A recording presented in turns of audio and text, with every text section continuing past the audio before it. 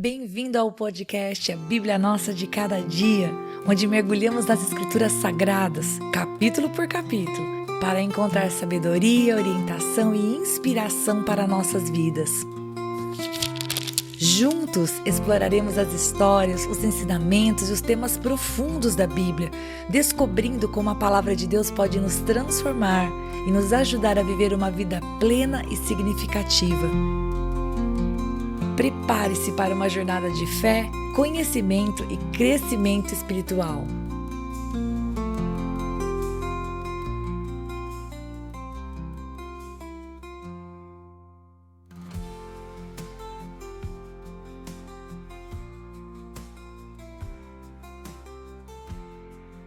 Seja bem-vindo para nós meditarmos em mais um capítulo da Palavra do Senhor.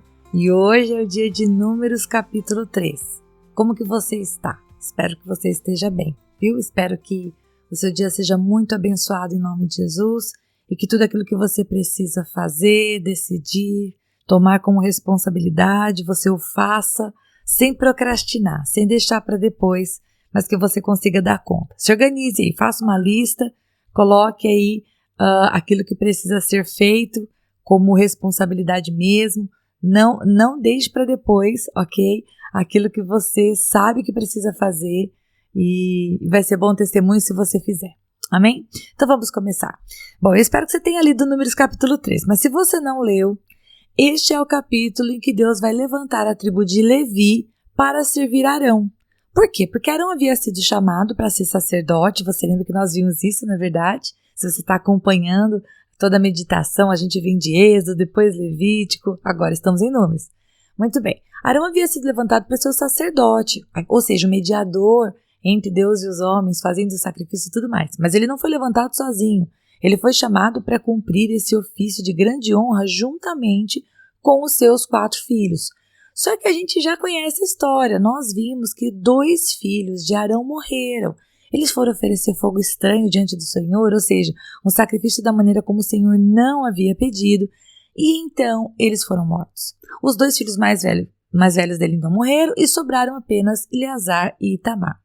Então Deus vai chamar a tribo de Levi para se encarregar desse ofício, de servir Arão e com certeza auxiliar em tudo aquilo que dizia respeito ao tabernáculo. Então a gente vê aqui no versículo 8, deixa eu pegar aqui na minha Bíblia, a gente vê aqui no versículo 8 que o Senhor vai dizer, olha, terão cuidado de todos os utensílios da tenda do encontro e cumprirão o seu dever para com os filhos de Israel ao ministrarem no tabernáculo. Então esse era o trabalho deles.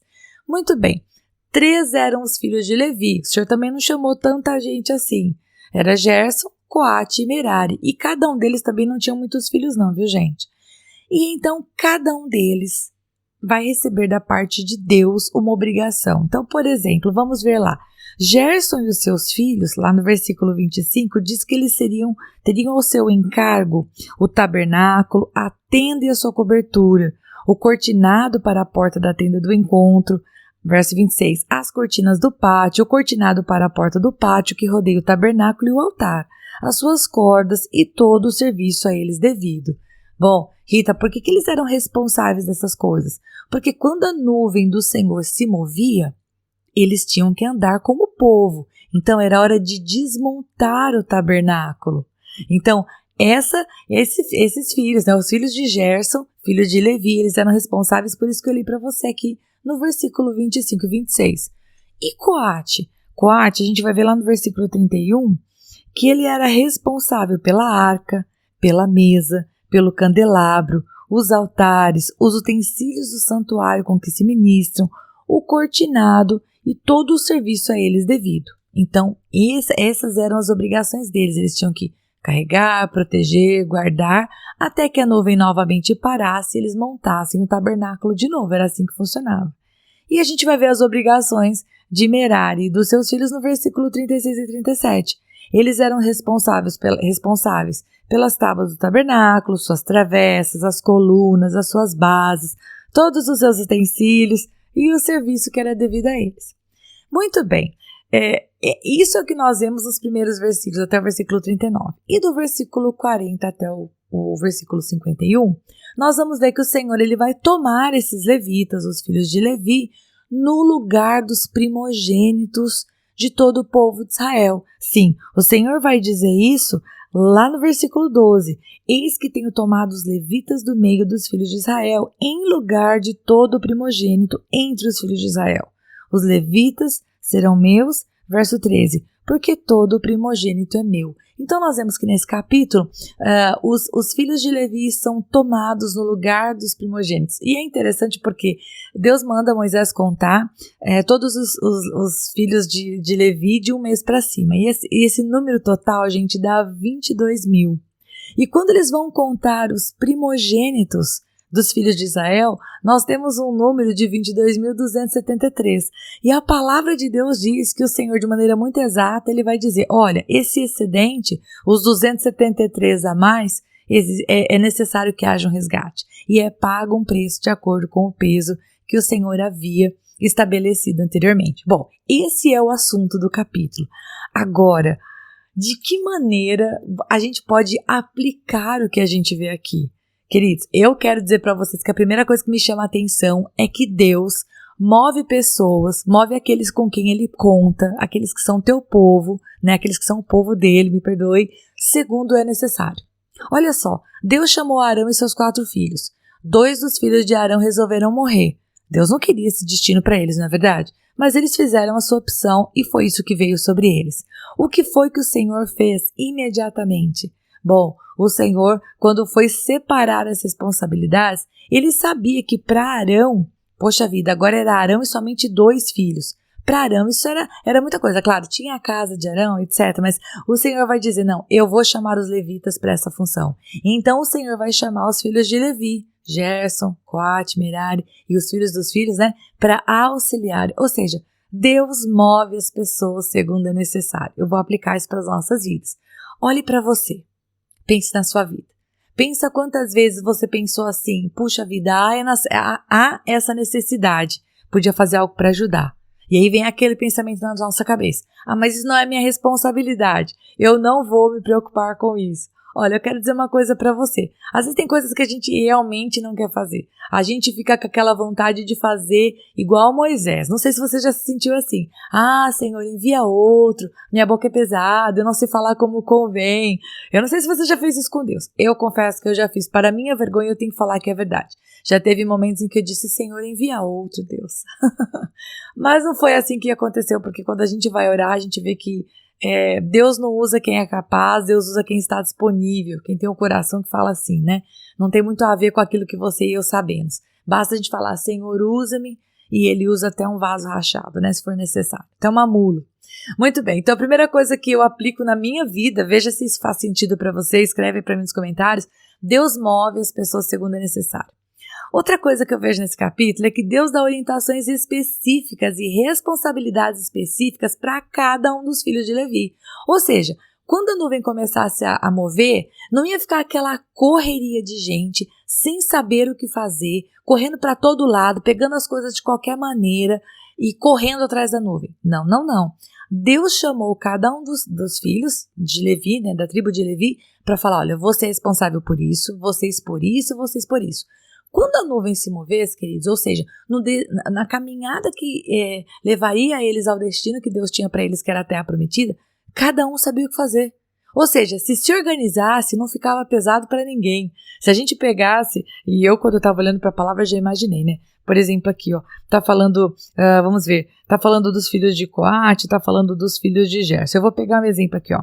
Gerson tinha, né, Gerson pelas suas famílias, lá no versículo 18, tinha Libni e Simei. Os filhos de Coate eram Ram, Isai, Hebron e Uziel. Olha só, são 4.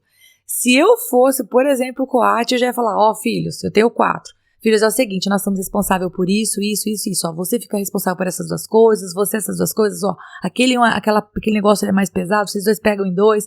Eu de antemão organizaria. E isso meio que me faz pensar no capítulo passado. Capítulo passado a gente viu que Deus é um Deus organizado. O Senhor organizou cada uma das tribos, da maneira como eles deveriam, né, repousar quando estivessem parados. Também, né, o Senhor vai falar a respeito de como eles deveriam marchar, que tribo onde, quantas pessoas tinham. E agora o Senhor está trazendo mais um pouco de organização, mas veja bem, depende também dos chefes dessas casas aqui delegarem as coisas. E cada um que recebeu algo que deveria ser feito, tomar a responsabilidade por fazer. Porque veja bem, uma coisa é Deus mandar eles fazerem, outra coisa é eles fazerem, você concorda? Eles poderiam, sei lá, os filhos de Merari poderiam de repente falar, tá vendo a nuvem mover? Vamos deixar para pegar isso daqui a meia hora. Estou inventando aqui, né? Mas se eles não fossem responsáveis, aquela organização podia não dar certo. Então veja bem, Deus dá orientações específicas e responsabilidades específicas, e para que tudo dê certo, aquele que recebe a responsabilidade deve se esmerar em fazer. Então eu acho que aqui já serve para nós também um outro lembrete. Tudo aquilo que Deus nos deu a mão para fazer é nossa responsabilidade. Você tem recursos financeiros, você trabalha, seu marido trabalha, sua esposa trabalha, como isso funciona? Tá, esses recursos estão nas mãos de vocês para vocês administrarem com responsabilidade. O que chega na sua mão tem que ser bem aproveitado. Você tem filhos? O Senhor te deu a graça de gerar filhos? Ótimo, glória a Deus. Então você tem aí debaixo da sua responsabilidade uma gestão muito importante a ser feita, a gestão do tempo, a gestão da qualidade, aquilo que entra na sua casa, aquilo que não entra, o que entra de comida, o que entra de influências, quem são os amigos, olha quanta coisa. Deus te deu a graça de se casar? Glória a Deus, você precisa cuidar da sua esposa, você precisa fazer uma gestão disso para fazer com que a vida de vocês seja especial. E aí também, se você é esposa, fazer com que a vida do seu marido seja especial. Veja bem que receber coisas de Deus é uma alegria, mas também, né, com grandes poderes vem grandes responsabilidades. Estes homens estavam recebendo uma grande honra. Imagina você ser, deixa eu pegar aqui, por exemplo, você ser dos filhos de Coate, você ser aquele que é responsável pelo candelabro, pela arca, encargo da arca da mesa. Gente, por favor, esse encargo era muito grande, né? Quem é que via a arca? O sumo sacerdote, quando entrava lá uma vez por ano no Santo dos Santos, no lugar santíssimo. Poxa, uma super honra. Agora, tudo que é super honra também tem um super trabalho e a gente tem que dar um super glória a Deus por isso. Não podemos ser pessoas que murmuram. Porque de repente você tá me escutando e pensando, Rita, Deus me livre e guarde, hein? Então tá tanto trabalho ter bênçãos que é melhor não ter. Tomara que você não esteja pensando isso, hein? Tomara, porque esse pensamento ele é um pensamento bem pobre, bem mesquinho. As bênçãos trazem realmente a necessidade de uma dedicação para que elas continuem sendo bênção e não maldição. Imagina só cada um desses filhos aqui de Levi fazendo uma besteira, derrubando a arca no chão, me quebrando o candelabro, não guardando as tábuas direito, e se eles fizessem mal feito, quando chegasse na hora de montar de novo o tabernáculo, ia dar mais trabalho. Então, eu acho que eu paro por aqui, mas eu acho que a lição principal desse texto para mim é: Deus é organizado, Deus move as pessoas conforme Ele vê que há corações dispostos e necessidades, e nós, quando recebemos do Senhor algo, devemos com esmero cuidar, tratar, nos empenhar para fazer o melhor, porque é para a glória dele. E se nos falta capacidade, ele tem sabedoria disponível para nos ajudar. Deus abençoe muito você, é um prazer ter você por aqui. Se você discorda de mim ou se tem algo a completar, coloca aí nos comentários, vai ser um prazer te ouvir. Deus te abençoe.